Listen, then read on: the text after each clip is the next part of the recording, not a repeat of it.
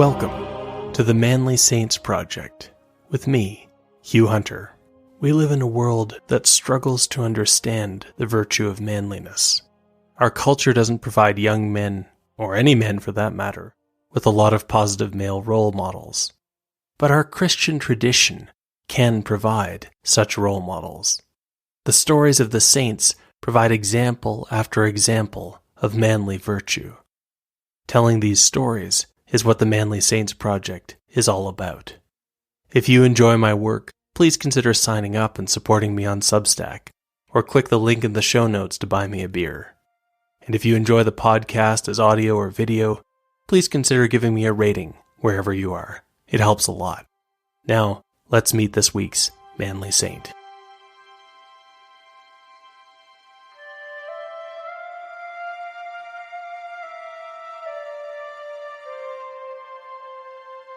Join me today to meet a patriot saint in exile. Name: Zygmunt or Zygmunt Feliński. Status: saint. Life: 1822 to 1895.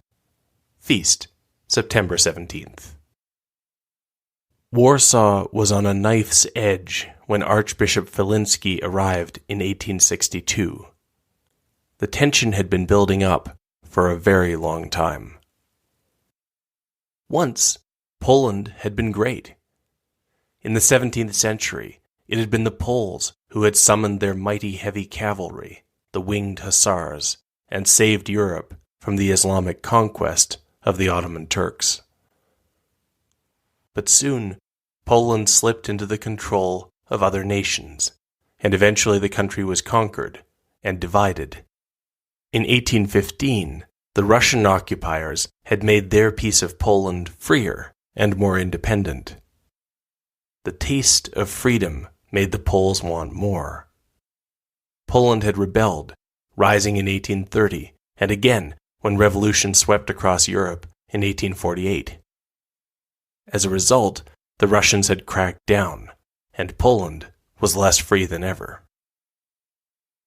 By 1861, Russian forces were trying to lock down the city of Warsaw to prevent the beginnings of yet another uprising. The Polish nationalists had devised a plan for holding their meetings away from Russian eyes. They met in churches. The nationalists didn't think the Russians would dare to enter churches to break up their meetings for fear of stirring up more anger in Catholic Poland. But of course, the trick wouldn't work forever. In the fall of 1861, Russian forces had entered the Warsaw Cathedral to break up a nationalist meeting. The invasion of the cathedral did, indeed, enrage many Poles. Many looked to the church to see what the response should be. And just then, when the church desperately needed leadership, the Archbishop of Warsaw died. Warsaw was under the control of a priest administrator, who ordered that the churches of Warsaw all be closed in protest. As a result, the priest administrator was arrested. The churches stayed closed. A month passed, then 3 more. Now, Poles were angry at Russians, Russians were angry at Poles, Catholics were angry that the sanctity of their churches had been violated, and angry again that the churches were closed. This had been going on for 4 months when Archbishop Zygmunt Feliński arrived in the city, and the whole complicated situation became his problem. The truth was that the Pope had scrambled to find a replacement for the Archbishop of Warsaw. Still, in many ways, Father Zygmunt Feliński had seemed like the ideal candidate. For one important thing, Zygmunt Feliński was Polish. He had been born in 1822 in Volyn, in the northwest tip of modern Ukraine. Feliński's family story was connected with the Polish fight for independence. His father had died when Zygmunt was only 11. When Zygmunt was 16, his mother was arrested. She had been identified as a Polish nationalist, working for Polish independence. She was sent to Siberia, and Zygmunt and his brothers and sisters were taken in by a family friend. The friend soon recognized that Zygmunt was an unusually intelligent young man, and made sure that Zygmunt got an education, first in school and then in university. Zygmunt went to Russia, to Moscow, where he studied mathematics. Then he went to Paris to study French. This was especially useful because French remained the language in which most European countries communicated. Russia would try to get off the French standard, sending an important message in Russian to the Chancellor of the Second German Reich, Otto von Bismarck. Bismarck simply ignored the message, and when the Russians finally followed up, he told the ambassador that they had received a communication in some foreign tongue, but no translator had been able to decipher what it might mean. The Russians went back to using French. Even though he had studied in Russia, Zygmunt Feliński must have been eager to strike a blow for Polish independence. And in 1848, when he was in his mid-20s, he got his chance.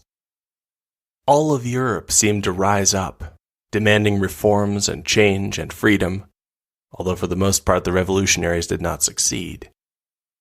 Zygmunt joined the Polish revolutionaries and was wounded in the last phase of the fighting. The failure of the revolution was a disappointment. Zygmunt Feliński now had to decide what to do next. He was almost 30. He had worked as a tutor for the wealthy, and he was well placed to begin a career as a professor.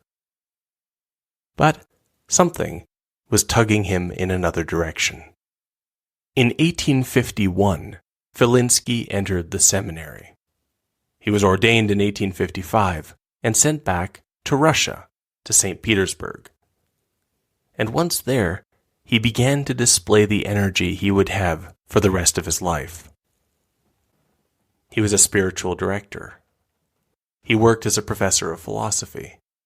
He founded an order of nuns, the Congregation of the Franciscan Sisters of the Family of Mary. He helped the poor in his parish. And the dynamic new priest started to make converts, shocking Russian high society when several aristocrats started attending his parish and found religious vocations of their own. Feliński's profile rose, and soon people were giving him the sideways compliment of calling him the best priest in Russia. Father Feliński was in Russia in 1862 as Warsaw looked about to explode and the Archbishop of the city suddenly died. The Pope did not have anyone ready, but the best priest in Russia sounded like the right man for the job. And so it was that Father Feliński became Archbishop Feliński and was sent to Warsaw in February of 1862. The city was under martial law. The churches had been closed for 4 months. It was a mess. The first thing that the new archbishop did was to reopen the churches. He reconsecrated the cathedral, which had been profaned by the Russian army violently forcing their way in. A few days later, he reopened all the churches, ordering a 40-hour exposition of the Blessed Sacrament across Warsaw. To the nationalists, this was a betrayal. The way they saw it, the church had been on their side, protesting heavy-handed Russian tactics. The new archbishop had given in. Rumors spread that Feliński sympathized with the Russian cause. Some said it had been the Russian Tsar, not the Pope, who had picked him in the first place. Archbishop Feliński saw things differently. He recognized that churches cannot be closed. Every day someone needs confession. People fall in love and need to be married. People get sick and die.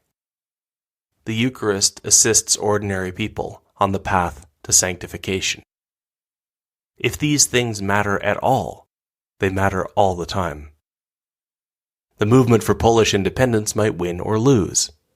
The church would be needed either way to help the victors or the vanquished. There was something else, too. The Archbishop had seen the might of Russia in a way that many Poles had not. He was not sure the nationalists of the moment were in a good position to win. For one thing, they were divided. The Red faction among them wanted more than freedom. They wanted social reforms that would sweep away the old order and hierarchies of Poland. Feliński didn't agree with the Reds, and neither, he suspected, did many Poles. And so the Archbishop ignored the whisper campaign that said he was a Russian stooge and went about improving Warsaw. Over the next few months, he seemed to be everywhere at once. He went from church to church, trying to understand the particular situation of each. He helped the poor and created a new orphanage. When priests were caught up in the political storm, he worked to free them from imprisonment. He reorganized the way priests were trained at the seminaries of Warsaw. Outside the church, though, history was speeding up. The authorities had come up with a clever scheme to stop the nationalists. They had a list of young troublemakers. In January of 1863, the authorities changed the mechanism for the military draft. Now they produced a new list of people being drafted. It didn't take the nationalists long to realize that, by strange coincidence, they were the only ones on the list. They were going to be rounded up and sent to die in some war far from home. The British Consul General thought it was a master plan and reported back to London that this would be the end of the trouble in Warsaw. Things did not work out as the Consul General had foreseen. Once all the nationalists realized they were on a list, they faced a choice. They could go get killed in foreign wars, or they could stay at home and fight. Young men began to slip away to the forests to organize themselves into insurgent groups. The uprising of 1863 had begun. The insurgents began with momentum on their side, attacking where the Russians were weak and fading back into the woods. It helped that many Poles were sympathetic, especially at first. The Russians used trains to move their soldiers, and the telegraph network to communicate, so the insurgents broke the train tracks and pulled down the wires. One of my favorite stories from the early stages of the uprising comes from a time when the Russians laboriously fixed a railroad so they could move their troops. The engineers on their only locomotive were Polish.